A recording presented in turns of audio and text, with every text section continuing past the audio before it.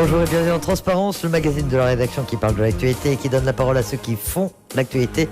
Et notre invité fait l'actualité, c'est le président du gouvernement, Thierry Santa. Bonjour. Bonjour. Merci d'accepter notre invitation au lendemain de votre déclaration de politique générale. C'était hier devant le Congrès et elle était attendue, cette déclaration. Les élections provinciales, c'était le 12 mai, il y a plus de 3 mois maintenant. On sent de l'impatience dans la population, chez les acteurs économiques et sociaux. Pourquoi est-ce que ça a pris autant de temps ? Alors, d'abord, quand même rappeler que le gouvernement n'a été installé que le 7 juillet, donc c'est une chose, mais surtout, alors, pour être très sincère, je devais la faire un peu plus tôt, mais étant obligé de participer au Forum des îles du Pacifique la semaine dernière, j'ai été donc contraint de la décaler un petit peu et de la prononcer donc hier.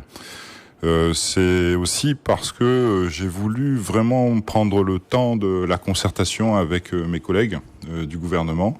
On a fait les choses par étapes. Je leur ai fait une première proposition il y a une semaine, un peu plus d'une semaine de ça, pour qu'ils aient le temps donc de la regarder, sachant qu'en amont, je leur avais demandé de me faire remonter leurs éléments de langage dans leur secteur respectif. Voilà, parce qu'il y a une contribution en fait des 11 membres du gouvernement dans cette déclaration, c'est pas seulement la vôtre, quoi. Exactement, c'est bien, c'était vraiment mon souci, c'est que ce soit une déclaration qui soit représentative de l'ensemble de mes collègues du gouvernement, et c'était l'intérêt de cette démarche en plusieurs temps, où chacun a contribué véritablement dans tous les secteurs qui sont les siens. Alors, est-ce qu'il y a une méthode Santa ? On parle de vous comme quelqu'un de très consensuel, qui recherche la collégialité. Ce que vous nous disiez depuis l'origine, depuis que vous pouviez être élu président du gouvernement, vous vouliez rétablir cette collégialité. On vous a même reproché hier d'être trop consensuel. Alors, c'est quoi cette méthode ? Et le palabre, comment est-ce que vous allez le mettre en œuvre comme président du gouvernement ? Je ne sais pas s'il y a une méthode Santa, en tout cas c'est la manière dont je veux fonctionner. J'ai toujours considéré qu'une action, une décision qui est prise avec le maximum d'échanges en amont et de concertation en amont, dans le cadre donc du principe du palabre, c'est la même chose dans le monde océanien, c'est comme ça que ça fonctionne. D'abord, a le plus de chances d'être acceptée par le plus grand nombre, et surtout, elle a la forte chance d'être pérenne dans le temps. Vous avez deux façons de fonctionner, soit vous prenez des décisions et vous les imposez, ça peut durer peut-être un certain temps, mais vous vous retrouvez face à des fortes oppositions, et jusqu'au point où finalement la décision que vous prenez tombe. Soit vous utilisez cette méthode, celle que je préconise plutôt, qui consiste à prendre un peu plus de temps en amont, de concertation, d'échange, d'essayer de trouver les bons équilibres en fonction de ce que vous entendez face à vous, et proposer donc un texte, en l'occurrence si on parle du gouvernement, qui soit plus accepté, plus reconnu, et donc plus reconnu dans le temps, et avec le moins de risque finalement d'avoir une opposition face à lui. C'est plutôt de cette façon-là que je souhaite travailler, et que je travaille de toute façon depuis toujours. Après, ça n'empêche pas, malgré tout, parce que la recherche du consensus, vous savez, il ne faut pas non plus être naïf, on n'y arrive pas toujours, mais quand il faut prendre des décisions, il faut les prendre malgré tout. Mais ça n'empêche que ce principe préalable de discussion, de palabre préalable, me paraît le plus pertinent pour qu'une décision soit le mieux acceptée. Donner l'impression de perdre un peu de temps pour en fait en gagner plus tard, quoi. Exactement. Le fait de perdre un peu de temps au début, je le répète, ça évite peut-être de modifier ensuite le texte du fait de réactions qu'il y a a posteriori. Voilà, ça évite de perdre, comme vous le dites si bien, du temps après. Vous avez lancé également, à la fin de votre déclaration, un appel à la responsabilité de tout le monde en disant, en gros, on réussira collectivement ou on ne réussira pas. Vous sentez ce sentiment de responsabilité dans la société calédonienne, ou vous vous sentez un peu seul ? Alors c'est un appel que j'ai lancé en clôture de ma déclaration hier matin, en considérant qu'on a de tels défis face à nous aujourd'hui en Nouvelle-Calédonie que les responsables politiques que nous sommes devons impérativement mettre de côté toutes nos querelles politiciennes et chercher tous ensemble les meilleures réponses à apporter aux difficultés que nous rencontrons. Je constate, à la suite des diverses réactions que j'ai entendues de la part de mes collègues de l'hémicycle du Congrès, qu'il y a encore visiblement beaucoup de travail à faire en la matière, mais je ne désespère pas que les choses évoluent plus tard. Vous avez été déçu par ces réactions ? Elles étaient presque prévisibles. Vous avez un soutien bien sûr de l'avenir en confiance, soutien de l'éveil océanien. L'Union calédonienne semble accueillir votre discours avec plutôt satisfaction. Des réserves de l'Uni et puis des critiques très vives de Calédonie Ensemble. À la limite, on pouvait dire c'était écrit avant, non? Ben, on peut le penser, effectivement. Mais je répète, ce discours de politique générale est la compilation des propositions formulées par tous mes collègues. Absolument tous mes collègues du gouvernement. Et tous mes collègues représentent toutes les politiques du Congrès de la Nouvelle-Calédonie. Donc je suis un peu surpris malgré tout de l'ampleur de ces critiques, pour certains d'entre eux.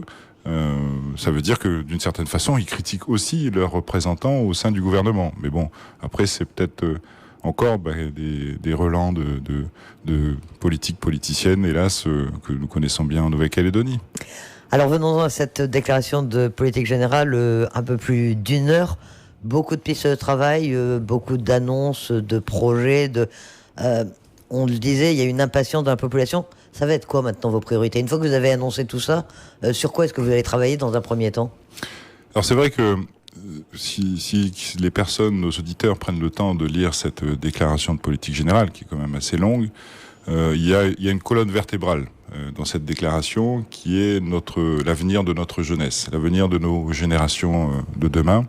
La jeunesse, grande cause territoriale. Exactement. Et quand on a ça à l'esprit, la question qu'on se pose immédiatement derrière, c'est comment ce 16e gouvernement peut réfléchir et mettre en œuvre les dispositions et les actions qui permettent de créer un avenir serein pour nos enfants de demain. Et à partir de là, j'ai décliné toute ma déclaration de politique générale sur tous les sujets finalement de société qui nous concernent en Nouvelle-Calédonie.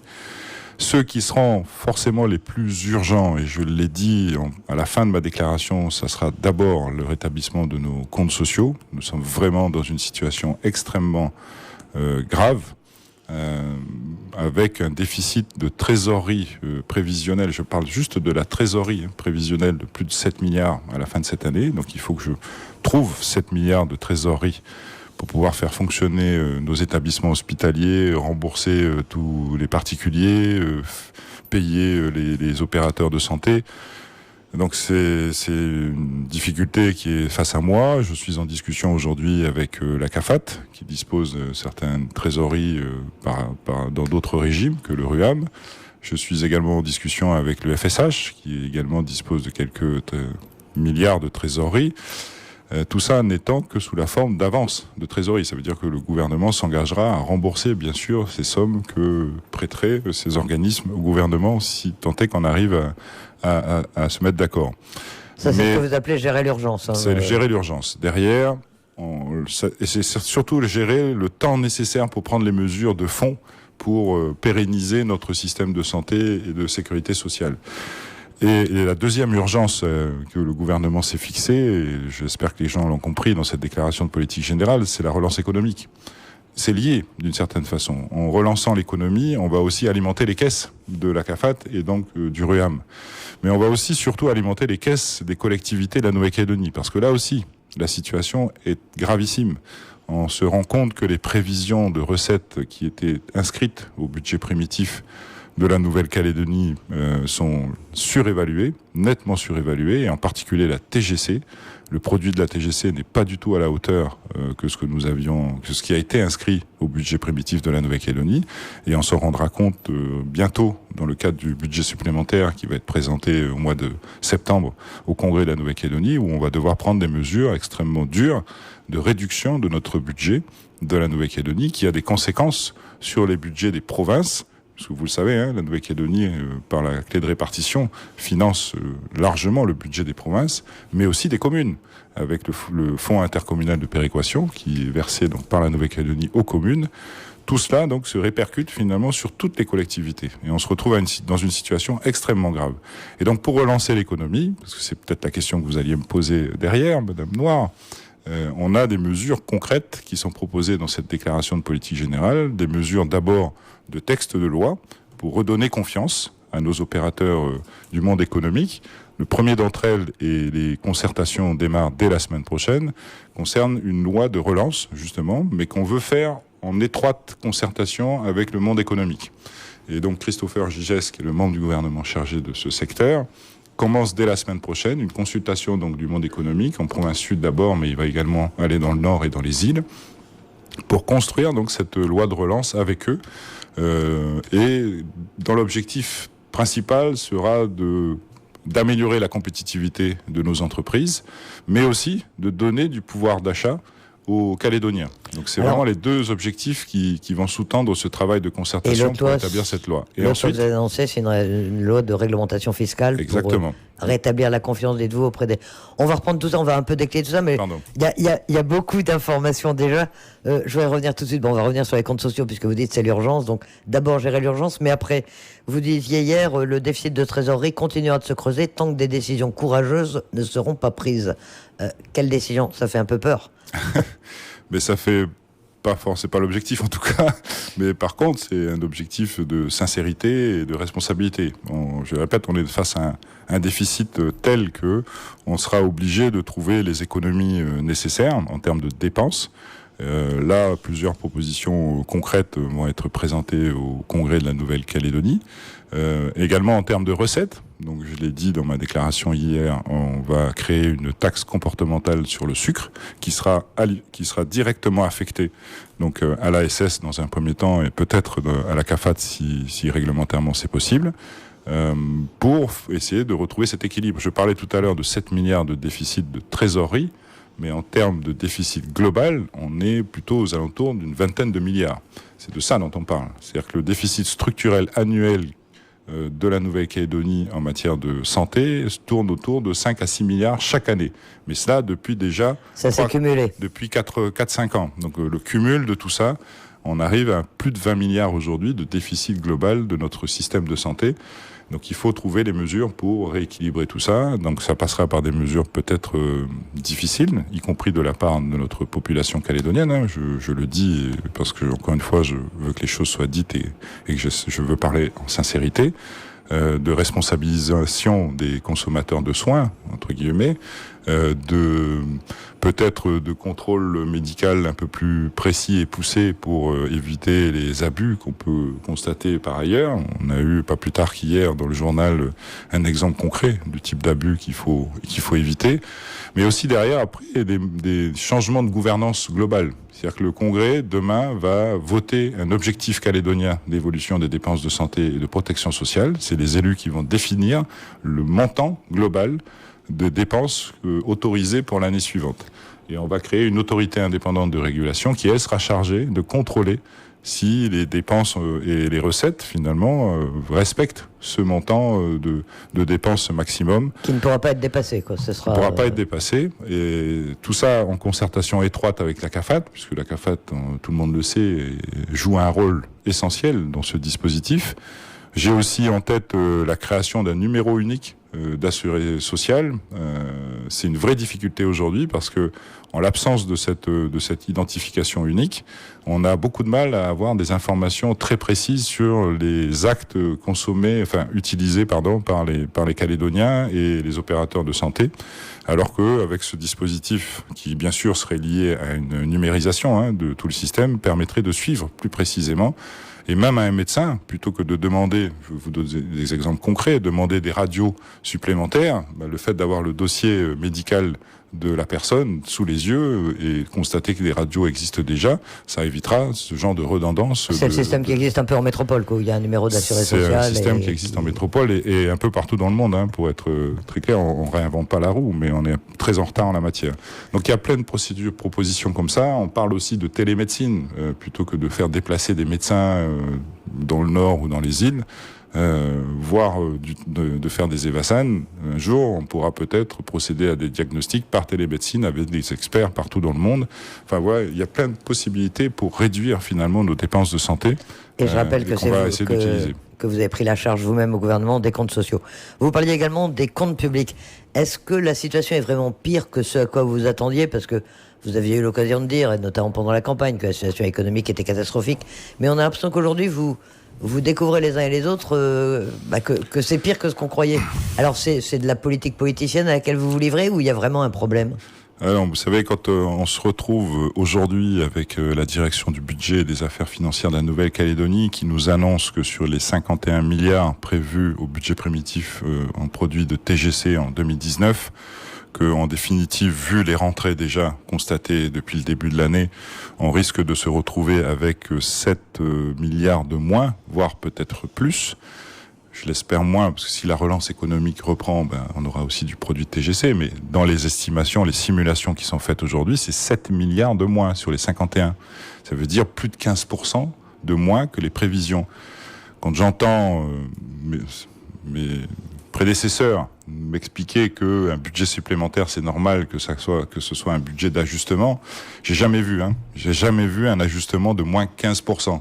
Une recette de moins 15%, ça veut dire que soit la prévision initiale est pas bonne, soit des mesures qui ont été prises ont eu des conséquences négatives sur la prévision initiale. Pour être clair, on a de fortes présomptions qu'il y a eu une surestimation sur la base, soi-disant, d'un rapport qui prévoyait une croissance économique en Nouvelle-Calédonie de plus de 3%, le rapport Syndex. Je ne sais pas si les auditeurs s'en souviennent, ça a été un grand débat au Congrès au budget primitif. On a eu l'occasion d'en parler. Ouais. Au-delà de cette prévision surestimée, aussi des mesures peut-être d'exonération qui ont été prises par le gouvernement précédent, qui ont eu un impact négatif sur le produit de la TGC.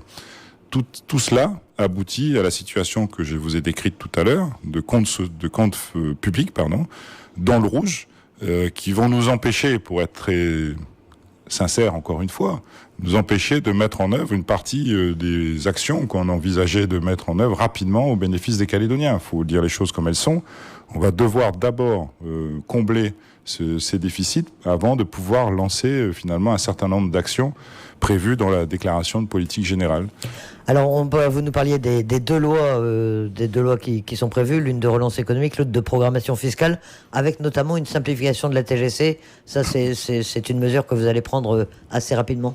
Assez rapidement, avant la fin de l'année. Donc, cette loi de programmation fiscale sera adoptée, je l'espère, par le Congrès avant la fin de l'année. En tout cas, nous la présenterons au Congrès avant la fin de l'année, parce que c'est un élément essentiel pour les entrepreneurs, d'avoir cette perspective finalement, parce que l'objectif, je le rappelle, de prévoir l'évolution de notre fiscalité, globalement parlant, sur les 5 années à venir.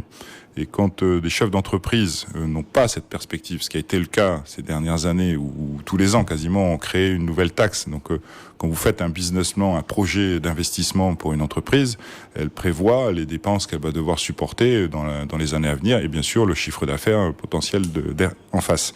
Mais si ces dépenses qu'elle prévoit augmentent au fil des ans par la suite, sans que ce soit prévu au départ, vous imaginez bien que la rentabilité de l'opération décroît au fil de la fiscalité qui augmente. Donc notre objectif à nous, c'est de stabiliser tout ça, voire si possible réduire certaines fiscalités, pour que les chefs d'entreprise puissent établir ces business plans et procéder aux investissements qui vont avec, et surtout créer les emplois qui accompagne des investissements nouveaux, le développement des entreprises calédoniennes. Parce que c'est ça qui nous intéresse. On m'a reproché aussi de ne pas travailler pour la vie chère. Mais pour moi, la meilleure façon de travailler contre la vie chère, c'est d'avoir un emploi, d'abord. Et ensuite, augmenter le pouvoir d'achat des Calédoniens. Et enfin, mettre en œuvre les dispositions de l'autorité de la concurrence pour développer la concurrence en Nouvelle-Calédonie, qui a pour effet logique une baisse des prix. Voilà comment on va pouvoir lutter véritablement contre la vie chère. C'est de cette façon-là qu'on y arrivera.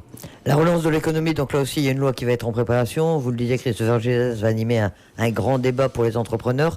Mais les pistes, c'est quoi ? C'est, vous disiez, libérer l'initiative, soutenir l'initiative privée, favoriser l'innovation. C'est donc plusieurs pistes à la fois que vous allez suivre. Hein.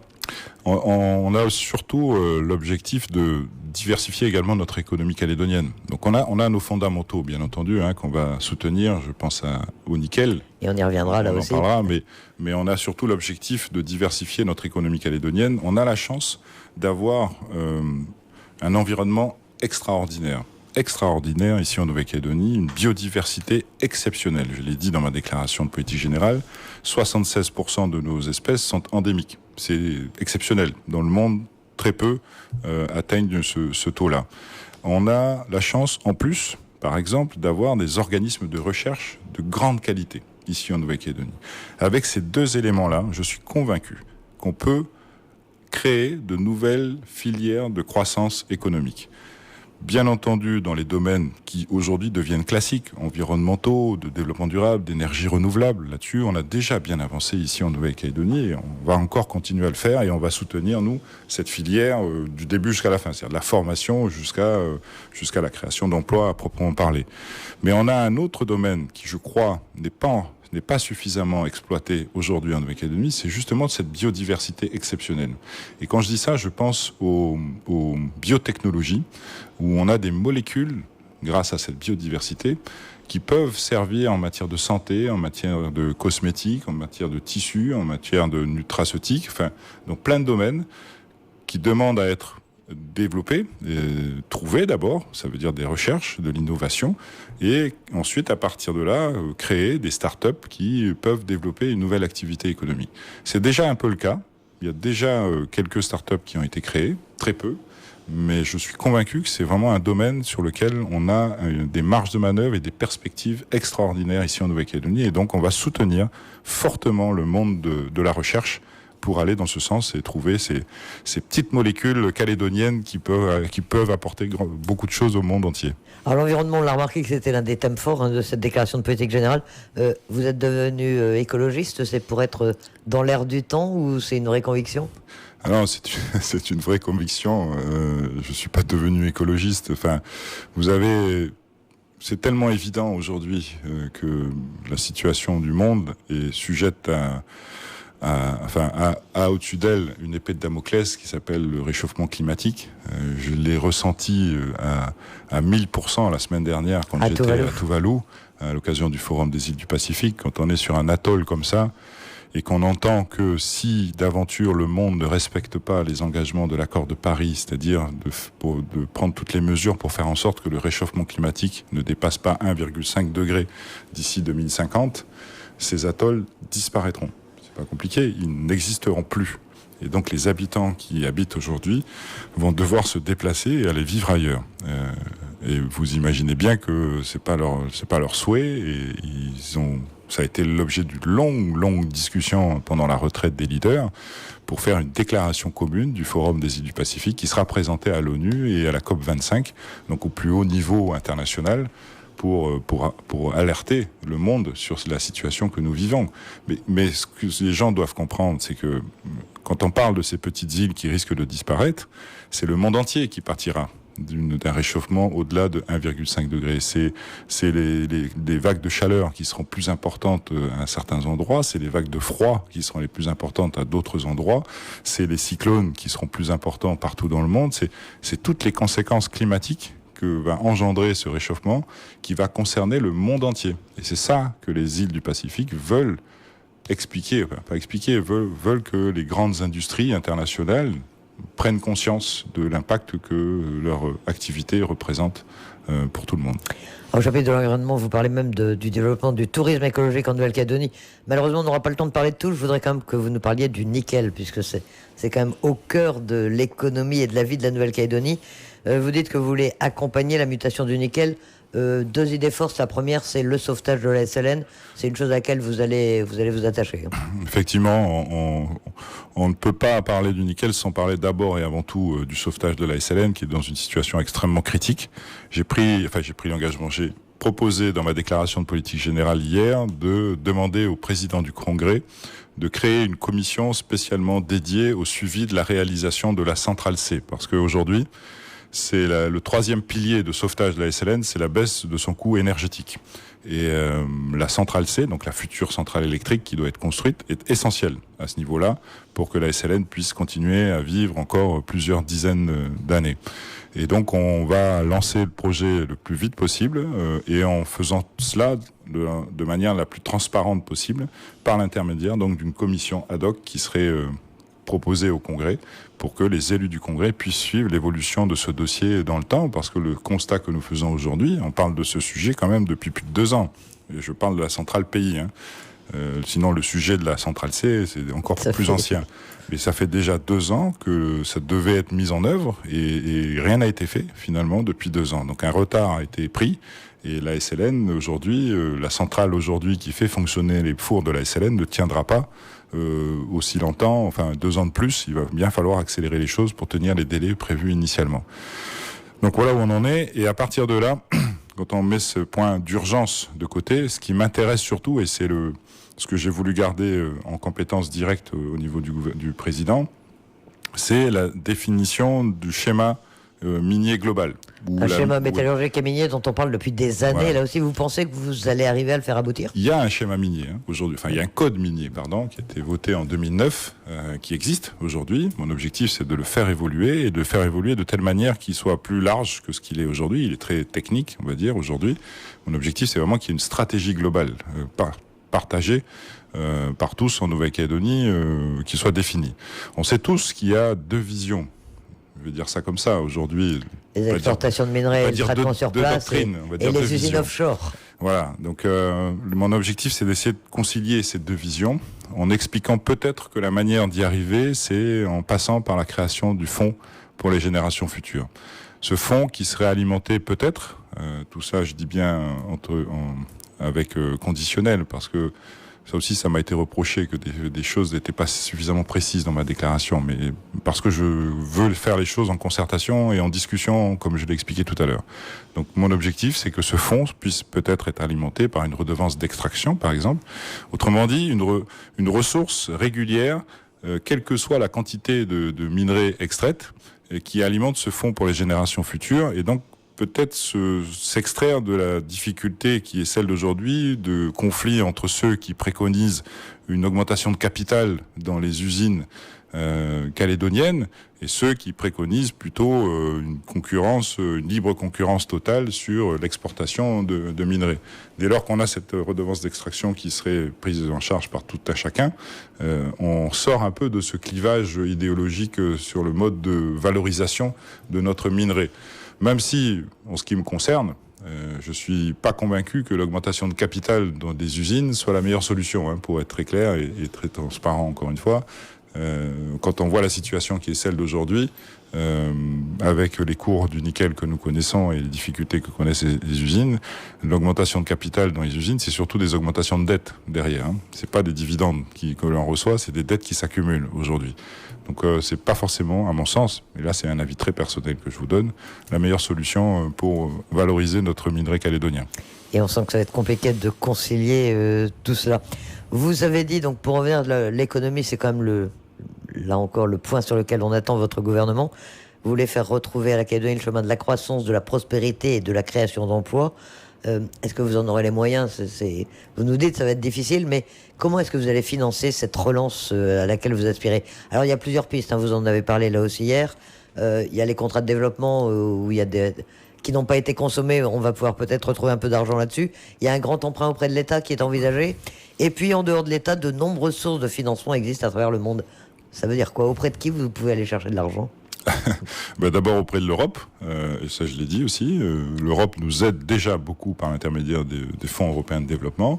J'ai eu plusieurs contacts dès ma prise de fonction avec les représentants européens ici en Nouvelle-Calédonie, mais aussi encore à Tuvalu pendant mon déplacement, avec une politique européenne qui va évoluer bientôt en 2021, le mode de financement de l'Europe au bénéfice des pays et territoires d'outre-mer des pays de l'Union européenne sera plus simplifié et peut-être mobilisera davantage de fonds. Donc je l'espère que tout ça va se concrétiser et que la Nouvelle-Calédonie pourra bénéficier encore plus de l'aide de l'Europe.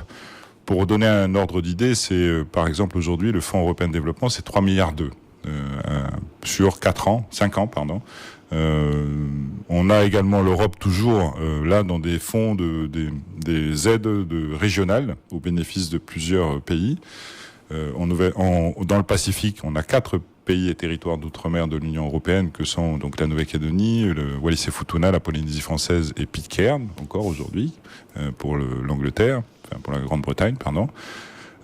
Ces 4 pays bénéficient, enfin ces 4 territoires, excusez-moi, bénéficient de 4 milliards, plus de 4 milliards d'aides de la part de l'Europe sur le projet Protège, en matière justement de protection de l'environnement. Donc vous voyez que ce sont des sommes quand même qui sont pas négligeables et qui peuvent nous aider nettement à mettre en œuvre des projets ici en Nouvelle-Calédonie qui participeraient à la relance économique. Et le grand emprunt auprès de l'État, il est déjà en cours de discussion ou ça peut aboutir lors du comité des signataires La discussion, elle n'est pas simple.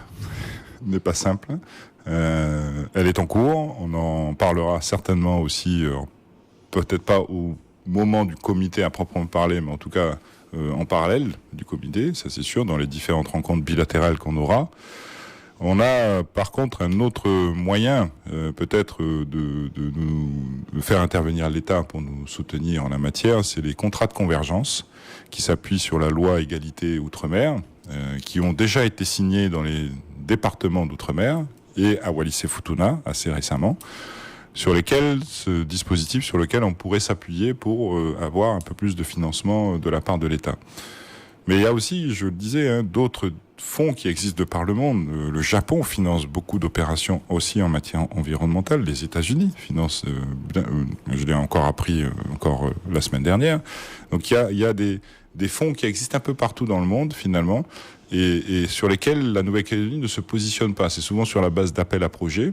Et c'est la raison pour laquelle j'ai annoncé hier qu'on allait faire évoluer notre service des relations extérieures en direction des relations extérieures, dans lequel serait créée une entité, un service dédié à la recherche de ces financements internationaux, pour ensuite le diffuser dans le monde économique pour que les sociétés calédoniennes puissent se positionner sur ces différents fonds.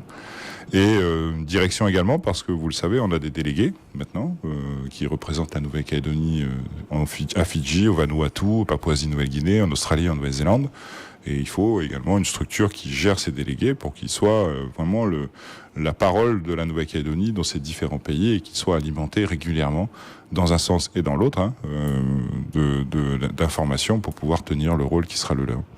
Il y a encore un thème dont on n'a pas parlé, c'est la lutte contre la délinquance, la sécurité. On vous en avait parlé dans le secteur de la jeunesse, c'est l'un des aspects également. Là aussi, il y a un certain nombre de projets, de mesures que vous voudriez voir mises en œuvre. Vous voulez faire de la lutte contre les violences intrafamiliales l'une des priorités aussi ? Alors peut-être d'abord sur la jeunesse délinquante, une proposition assez claire dans ma déclaration de politique générale et qui est partagée par mes collègues, qui consiste à essayer d'intégrer davantage le monde coutumier dans les décisions de justice.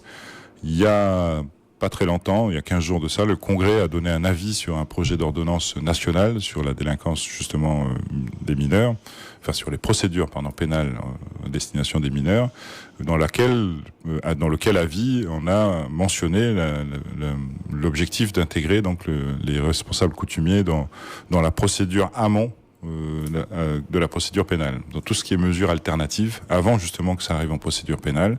Et on va s'inspirer pour cela beaucoup de ce qui se fait en Nouvelle-Zélande, de ce qu'on appelle les rangatahi courtes, qui sont des instances qui regroupent à la fois les autorités coutumières, les parents du délinquant concerné et les autorités judiciaires, et qui se mettent en œuvre avant que le jeune arrive dans un niveau de délinquance tel que finalement c'est tout de suite du pénal. C'est-à-dire qu'on essaie, ces dispositions se mettent en œuvre au premier délit, pour éviter justement la récidive et que ça dégénère entre guillemets dans le temps. Et c'est visiblement très efficace. Ça permet à beaucoup de jeunes de retrouver un peu leurs valeurs fondamentales et de revenir dans le droit chemin avant de dériver définitivement vers la délinquance complète. Les violences intrafamiliales, c'est aussi l'une des priorités. Et c'est aussi une des priorités. On a, hélas, un record, quasiment en Nouvelle-Calédonie en la matière. On a l'objectif de promouvoir des structures d'accueil des victimes de ces violences, que ce soit, hélas, des femmes, mais aussi des enfants, qui puissent être accueillis dans les bonnes conditions, dans des locaux aménagés, avec des structures, des aides psychologiques qui peuvent les accompagner, protégés surtout de leurs agresseurs. Mais on a aussi, avec un numéro unique à la disposition d'une femme qui pourrait être l'objet de violences au sein de sa famille et qu'elle puisse avoir un appel rapide et avoir une aide surtout rapide. Mais on pense aussi à un dispositif qui, plutôt que d'obliger la femme avec ses enfants à quitter le domicile, ce qui est d'une certaine manière une double peine, elle se retrouve violentée et en même temps à la rue, que ce soit plutôt le mari. Et là, des discussions sont en cours avec les forces de l'ordre, que ce soit plutôt le mari qui quitte le domicile et que la femme et ses enfants soient protégés chez elle. Les forces de l'ordre et bien sûr le monde judiciaire pour essayer de mettre en œuvre plutôt ce genre de dispositif. Donc il y a plein de projets qui sont en cours et sur lesquels on avance. Il y a déjà des structures d'accueil qui existent. Il y en a une au Mont d'Or qui est extraordinaire. Il y a la structure qui a été créée au Médipôle, le COVA, mais qui n'est pas encore totalement opérationnelle, qui nécessite encore une organisation plus efficace. Voilà, donc les choses se mettent en place progressivement. Et puis le message surtout auprès du monde judiciaire que les sanctions soient les plus fermes et les plus lourdes possibles à l'encontre de ces agresseurs, de manière à ce que les messages passent auprès de la population aussi. Beaucoup de projets, beaucoup de thèmes, beaucoup d'annonces. On ne peut pas parler de tout, mais il y a une grande absence, et on vous l'a déjà dit également, c'est l'avenir institutionnel. Il va y avoir un deuxième référendum dans quelques mois maintenant. Vous n'en parlez pratiquement pas. Pourquoi ? C'est volontaire ? J'en parle, c'est totalement volontaire. J'en parle pas du tout. Ou je l'esquisse dans mon introduction, mais justement pour dire que je ne parlerai pas. Parce que je considère que c'est pas le rôle du gouvernement de traiter de ce sujet. C'est un sujet éminemment politique. Et c'est le rôle des partis politiques de se saisir de ces questions. Et ils le feront, j'en suis convaincu, le jour où on sortira de l'accord définitivement, de l'accord de Nouméa, à l'issue des référendums.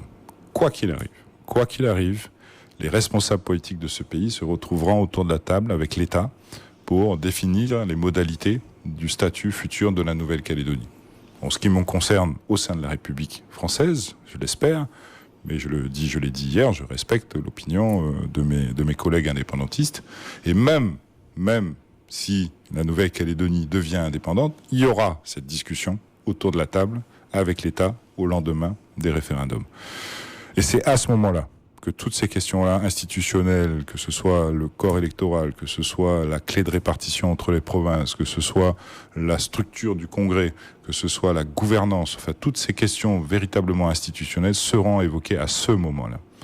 Le gouvernement, lui, a la responsabilité de gérer la vie quotidienne des Calédoniens.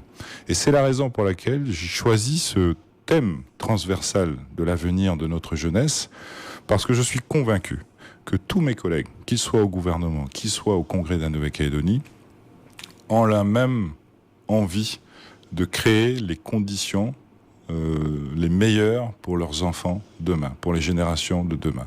Et à partir de cette logique transversale, quelle que soit l'issue, encore une fois, du institutionnel, tout le monde partage cette volonté de construire une Nouvelle-Calédonie où nos enfants se sentiront bien, se sentiront respectés, où ils trouveront leur place dans la communauté, leur place professionnellement parlant, leur place socialement parlant. C'est ça qu'on doit construire. Et c'est le rôle du gouvernement de travailler sur ce sujet, sur ces sujets-là, quel que soit, encore une fois, l'avenir institutionnel de la Nouvelle-Calédonie. Il faut relancer l'économie, il y a des tas de projets, de secteurs à retravailler, redresser les comptes sociaux évidemment, trouver des solutions pour le nickel. Avec tout ça, les caisses sont vides. Qu'est-ce qu'il faut vous souhaiter, Thierry Santa ? Beaucoup de courage ? Beaucoup de courage. Avec mes collègues. Merci, Monsieur le Président du gouvernement, d'avoir accepté cette invitation dans le magazine Transparence. Merci de l'invitation.